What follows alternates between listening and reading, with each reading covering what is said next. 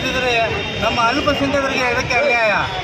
ನೀವು ಎಷ್ಟು ಸಮಾಜದವರಿಗೆ 4 ಮಂದಿಗೆ ಸಚಿವ ಸ್ಥಾನ ಕೊಟ್ಟಿದ್ದೀರಿ, ಕುರುಬರಿಗೆ ಕೊಟ್ಟಿದ್ದೀರಿ, ಒಕ್ಕಲಿಗ ಸಮಾಜದವರಿಗೆ ಕೊಟ್ಟಿದ್ದೀರಿ, ಲಿಂಗಾಯತ ಸಮಾಜದವರಿಗೆ ಕೊಟ್ಟಿದ್ದೀರ. ಹಾಗೆಯೇ ನಮ್ಮ ಅಲ್ಪಸಂಖ್ಯಾತ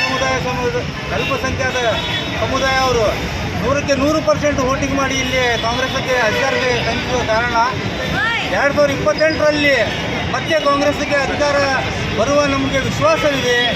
ಆ ಸಲುವಾಗಿ ನಮ್ಮ ಅಲ್ಪಸಂಖ್ಯಾತ ಸಮುದಾಯದ ಸಲೀಂ ಅಹ್ಮದ್ ಸಾಹೇಬರಿಗೆ ಕಿತ್ತೂರು ಕರ್ನಾಟಕದಿಂದ ಕನಿಷ್ಠ 22 ವರ್ಷ ಆಯಿತು ನಮ್ಮ ಮುಸ್ಲಿಂ ಸಮುದಾಯಕ್ಕೆ ಯಾವ ಸಚಿವ ಸ್ಥಾನ ದೊರೆತಿಲ್ಲ.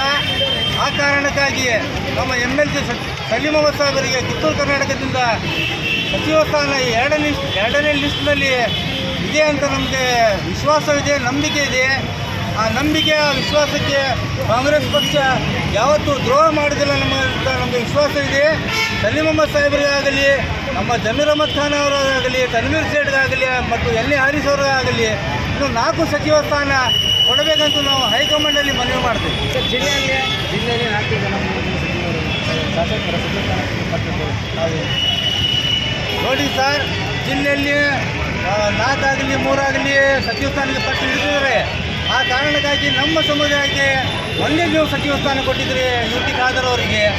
ಮತ್ತು ನಮ್ಮ ಸಮುದಾಯ ಹಿರಿಯ ನಾಯಕರು ನಾವು ಪಕ್ಷಕ್ಕೆ ಎಷ್ಟು ಬೆಂಬಲ ನೀಡ್ತೀವಿ, ಅದೇ ಥರ ನಮ್ಮ ನಾಯಕರಿಗೆ ಅಷ್ಟೇ ನಾವು ಬೆಂಬಲ ನೀಡ್ತೀವಿ.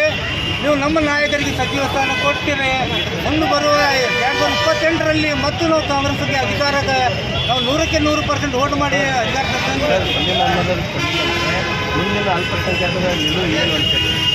ನೋಡಿ ಸರ್, ಸಲೀಂ ಅಹ್ಮದ್ಗೆ ಕೊಡಲಿಲ್ಲ ಅಂತ ನಮಗೆ ವಿಶ್ವಾಸ ಇಲ್ಲ, ಕೊಡ್ತಾರಂತ ನಮಗೆ ವಿಶ್ವಾಸ ಇದೆ.